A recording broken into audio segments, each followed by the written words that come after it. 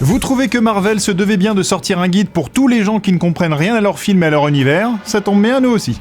Peut-être l'acheter moi d'ailleurs.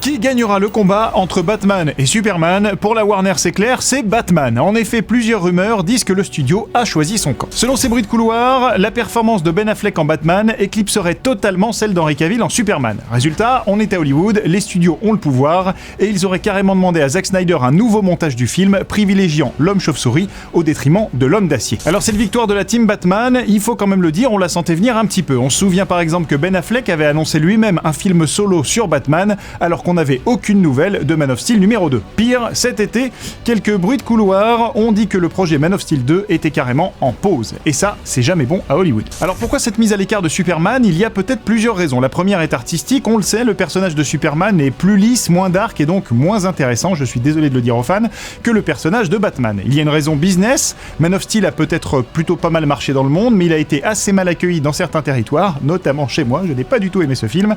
Et enfin, il y a une raison liée peut-être au Star System, Ben Affleck est quand même plus connu qu'Henry Cavill, il a remporté un Oscar, il est dans les petits papiers de la Warner, alors qu'Henry Cavill, finalement, la plupart de ses derniers films en tête d'affiche n'ont pas vraiment marché. En résumé, Henry Cavill Superman risque donc d'être relégué au second rang de la Justice League et Batman Ben Affleck va s'imposer comme la figure de proue de l'univers DC Comics au cinéma. En parlant de cet univers, on a quelques infos sur le film Wonder Woman, il sera tourné à partir du mois de novembre, ce qui veut dire que les infos sur le casting et le synopsis ne devraient pas tarder. Pour l'instant, on a donc 3 infos sur ce film, l'interprète Gal Gadot, la date de tournage novembre et la date de sortie le 23 juin 2017. On vous tient au courant évidemment dans la fanzone.